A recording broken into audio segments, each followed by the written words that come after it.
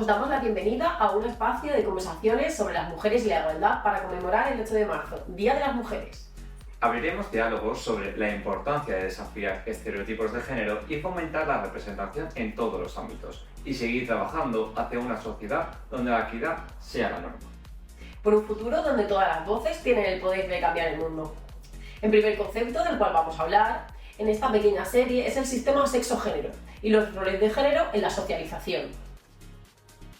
Para empezar, explicaremos los conceptos principales de esta conversación.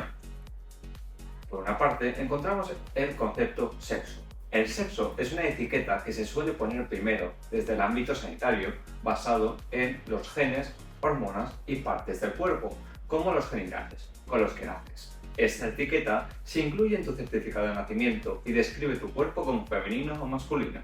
El sexo de algunas personas no encaja las etiquetas de femenino o masculino.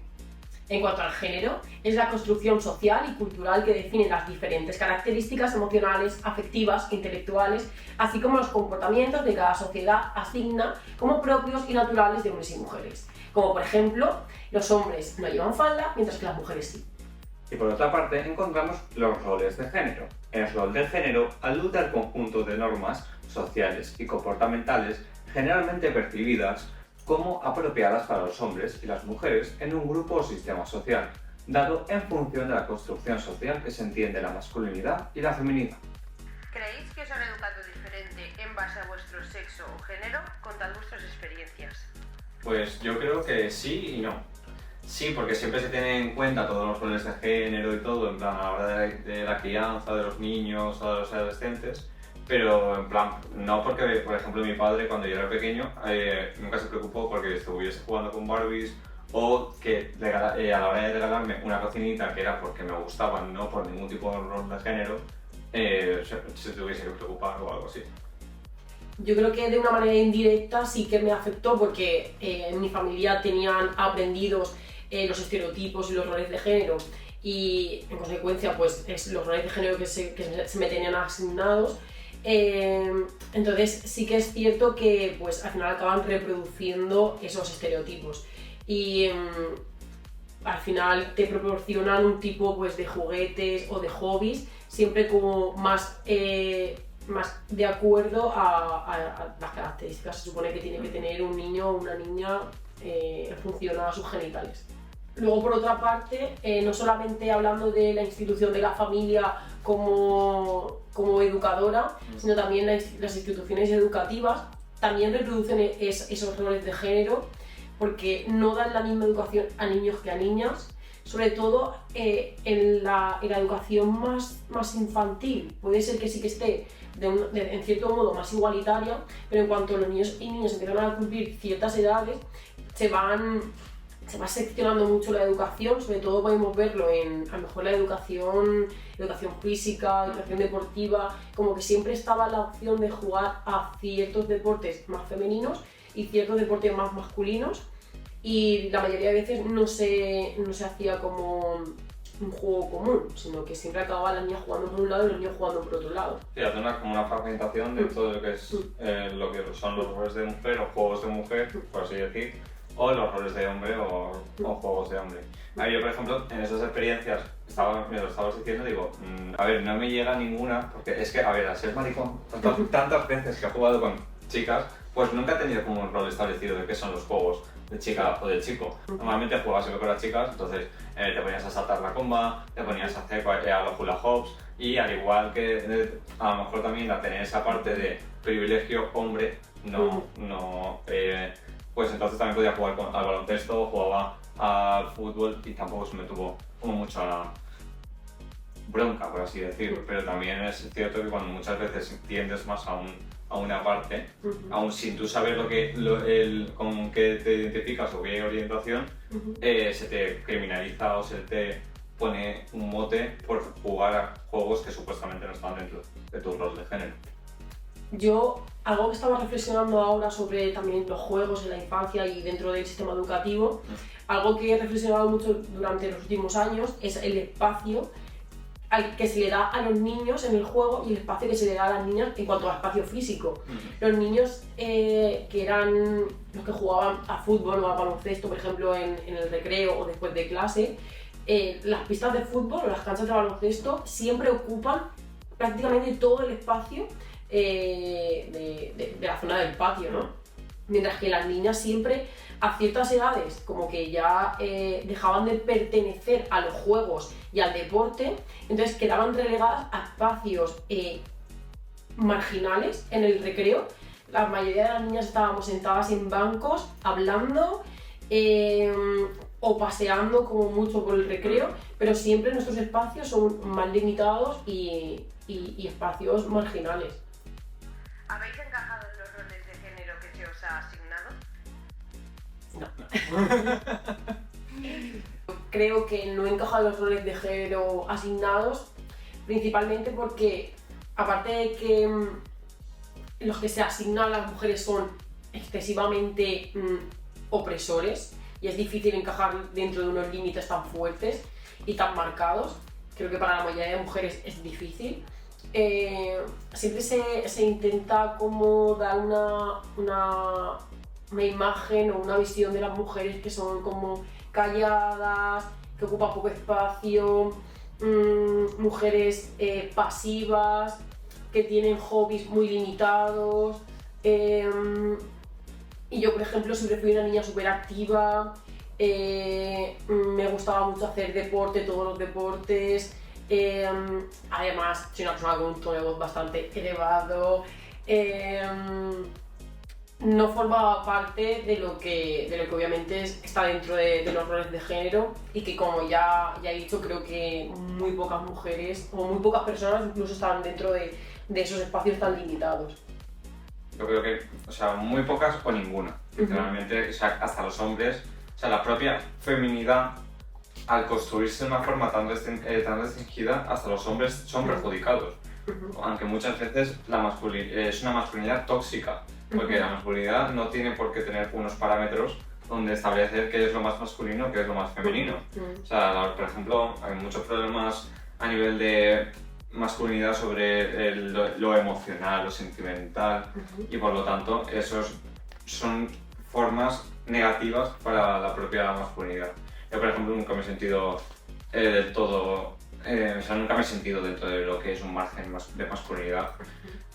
no por el hecho de la orientación, sino más por la forma en la que yo me expreso, la forma en la que yo siento, la forma en la que tanto gustos.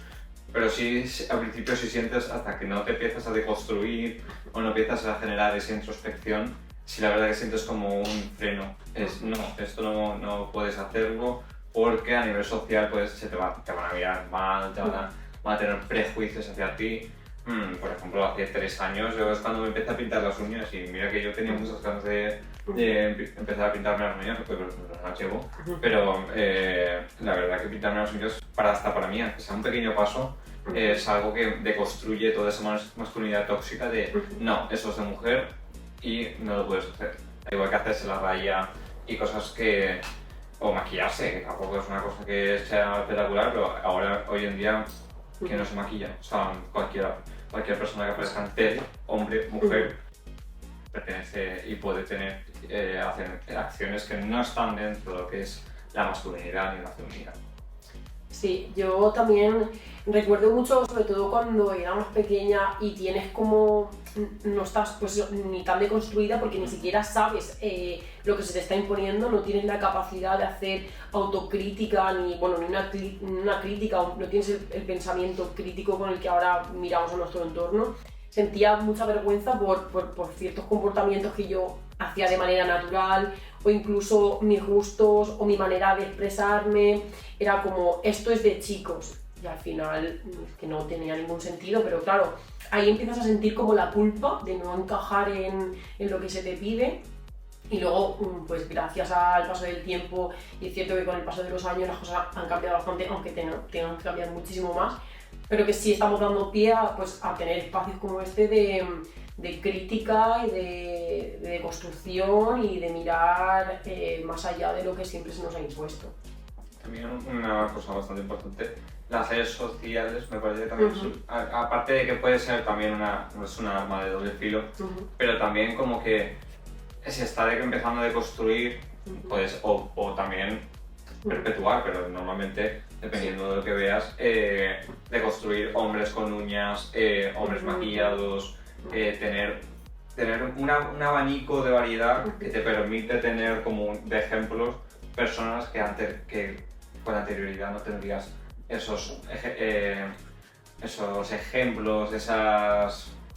formas de expresión que nunca conoces hasta que llegas a tener esa curiosidad o tener esos personajes. Sí, es cierto que las redes sociales abren como pequeñas ventanas a la diversidad en todos los ámbitos y puedes ver otras maneras pues, de vivir la vida, de expresión, de género. Entonces, en esa parte sí que es un arma de doble filo, como tú comentabas, pero también nos está dando como la oportunidad de no sentirte única, único, el raro, el diferente, ni muchísimo menos, sino formar parte de que al final todo el mundo es de la comunidad y ver cómo se está evolucionando, ¿no? ¿Qué consecuencias ha tenido en vuestra vida el sistema sexo-género? Pues una de las consecuencias que creo que ha tenido para mí la diferenciación entre el sexo y el género y sobre todo nacer con genitales femeninos es que desde muy pequeñas nos enseñan a que nuestro cuerpo es motivo como de pudor y hay que taparlo. A las niñas desde mucho más pequeñas se nos pone, por ejemplo en la playa, el bikini en la parte de abajo y la parte de arriba cuando no tenemos ningún pecho. O sea, cuando nuestros pechos con 3 años son idénticos, el de los niños y el de las niñas. Sin embargo, nosotras ya nos ponen para que nos tapemos, ¿no? Te muestran como que tu cuerpo es algo que se puede sexualizar y hay una mirada sexual a pesar de que seas una niña y que tienes que tapar a la culpa y a la vergüenza, como decíamos, si no lo hacías y a verte ya desde un punto de vista súper diferente y ver cómo los niños sí que tenían esa libertad de mostrarse de otra manera y sobre todo ese concepto a que ellos eran percibidos de otra manera que no era sexualizada y la nuestra sí, a pesar de que éramos pequeñas. Desde vuestra posición laboral, ¿cómo tratáis de trabajar en pro de la consecución de la igualdad? Bueno, pues nuestro trabajo se basa mucho en elaborar proyectos, la mayoría proyectos sociales, que están orientados a las mejoras de municipales y del territorio y de la gente y las personas que lo habitan, ¿no? Entonces nosotros intentamos trabajar para no seguir reproduciendo los roles de género, intentamos trabajar siempre con una perspectiva basada en la igualdad y que además entronque todo nuestro trabajo desde el inicio hasta el final y no solamente en las fases de ejecución sino durante la planificación, durante la propuesta, nuestros estudios y luego nuestras aportaciones finales y lo que se acaba llevando a término. A nivel también a nivel laboral es el hecho de que la introducción tanto de un lenguaje inclusivo, la eliminación del mansplaining, la eliminación de muchas pequeñas cosas generan que, al menos la forma en la que puedo llegar a entenderlo es generar una igualdad a nivel de. Y por ejemplo en mi caso muchas veces es más aún a la introducción o del mensaje sobre más una diversidad y una igualdad a nivel del colectivo LGTBIQA+, tanto a nivel trans, a nivel del colectivo lésbico y tanto también del colectivo gay, porque siempre la invisibilización reproduce un ocultamiento que no se debería de permitir, porque si justamente las personas que desafían los roles de género no se introducen dentro de las políticas de igualdad o diversidad, ¿quiénes van a romper esos roles de género? Sí, también creo que una parte importante en la que estamos trabajando por la igualdad es cómo intentamos utilizar herramientas para que todo nuestro trabajo llegue a la mayor parte de colectivos que habitan en los municipios en los que trabajamos y romper pues con brechas digitales, con brechas de participación y poder pues eso, tener siempre información al alcance de todos y una educación al alcance de todos.